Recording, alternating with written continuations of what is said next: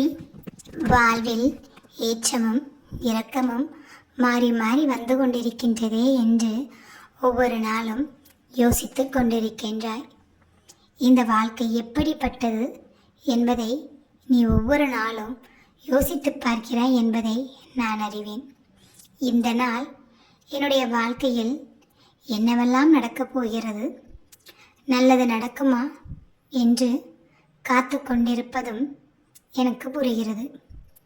இதற்கு முன்பு உன்னுடைய வாழ்க்கையில் பலவற்றை நீ கண்டுவிட்டாய். உனக்கு துரோகம் செய்தவர்கள் உன் கண் முன்னாடியே நன்றாக வாழ்ந்து கொண்டிருக்கிறார்கள். அவர்களுக்கு நீ நல்லதை செய்துவிட்டு இன்றோ வருத்தத்தில் இருக்கிறாய். உன்னுடைய வருத்தம் என்னவென்றால், துரோகிகள் எனக்கு அருகில் இருக்கிறார்கள், அவர்களுக்கு நான் நல்லதுதான் செய்தேன், அதற்காக நான் என்று கஷ்டப்படவில்லை. என் அம்மா என்னையும் சந்தோஷமாகத்தான் வாழ வைத்திருக்கிறீர்கள். ஆனால் துரோகம் செய்தவர்களை அருகில் வைத்து பார்த்து கொண்டு வாழ்வது அவ்வளவு சுலபமானது அல்ல. நான் அவர்களை துரோகிகளாக நினைக்கவில்லை. ஆனால் அவர்களோ நான் எப்பொழுது என்னுடைய வாழ்க்கையில் சறுக்கி கீழே விழுவேன் என்பதை நடக்க வேண்டும் என்று மனதில் வைத்துக்கொண்டு காத்து கொண்டிருக்கிறார்கள். அவர்களின் காத்திருப்புக்கு பலன் எதுவும் கிடைக்க வேண்டாம் அம்மா. நான் என்னுடைய துரோகிகளாக இருந்தால் கூட அவர்களின் வாழ்க்கையில் சந்தோஷம் நிலைத்திருக்க வேண்டும் என்றுதான் நினைப்பேன். யாருக்கும் எந்த கஷ்டம் வந்தால் கூட என்னால் அதை பார்க்க முடியாது. ஆனால் அவர்களோ நான் கஷ்டப்பட வேண்டும் என்று எண்ணுகிறார்கள்.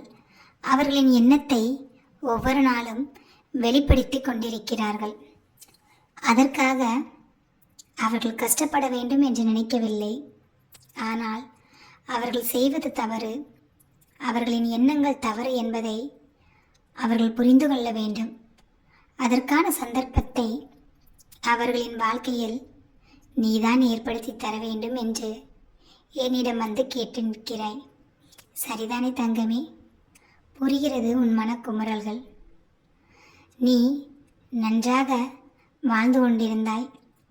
ஆனால் இப்பொழுதெல்லாம் உன் மனதில் சில வழிகள் இருக்கிறது.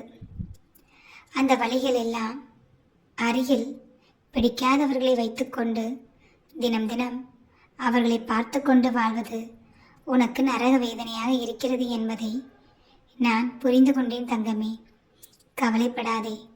நிச்சயமாக நீ துரோகிகளாக நினைத்தவர்கள் கூடிய விரைவில் உன்னிடம் வந்து அவர்கள் செய்த துரோகத்துக்கு கண்டிப்பாக மன்னிப்பு கேட்பார்கள்.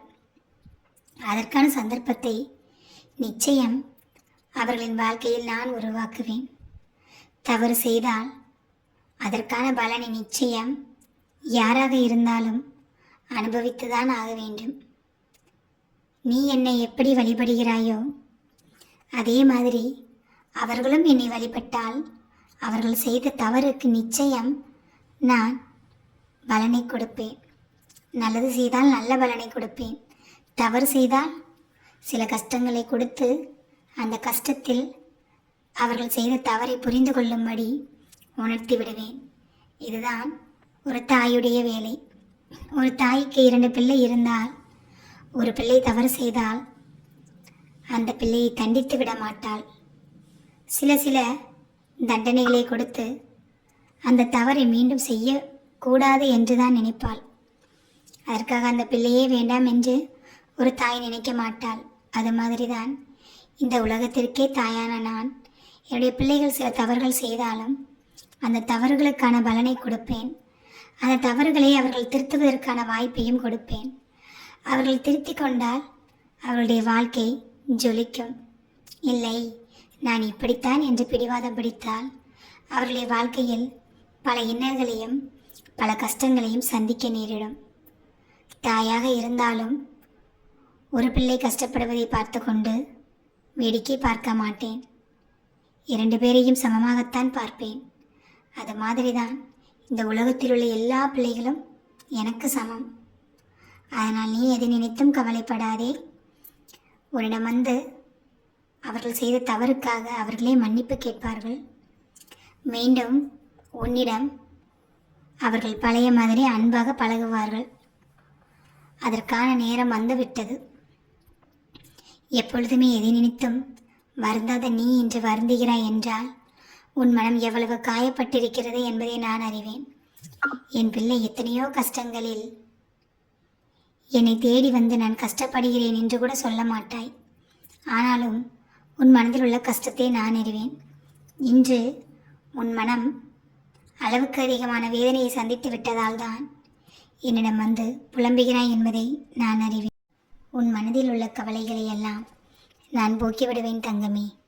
உன் கண்ணில் இனிமேல் நிச்சயமாக கண்ணீர் வரவே வராது. உன்னுடைய முகத்தில் புன்னகையை நான் வர வைப்பேன். உனக்காக உதவி செய்ய யார் வரவில்லை என்றாலும் சரி, நீ கண்ணை மூடி அம்மா என்று அழைத்தால் அடுத்த நொடி உன் அருகில் வந்து நான் நிற்பேன். நான் நிற்பதை உன்னால் பார்க்க முடியவில்லை என்று வருந்தாதே. நிச்சயமாக உன் அம்மா நான் உன் அருகில் இருப்பதை உன்னால் உணர முடியும். என் பிள்ளை என் மீது அளவு கடந்த பக்தியை வைத்திருக்கிறாய். அப்படி இருந்தால் நிச்சயமாக உன் அருகில் நான் வந்து நிற்பதை உன்னால் உணர முடியும். நீ என்னை கோவிலுக்கு வந்துதான் பார்க்க வேண்டும் என்று அவசியமில்லை. எனக்கு அதை வாங்கி வா இதை வாங்கி வா என்று உன்னிடம் நான் சொல்லவில்லை. வீட்டிலே இருந்து அம்மா என்று நீ என்னை அழைத்து விட்டால் நிச்சயமாக ஓடோடி வந்து விடுவேன்.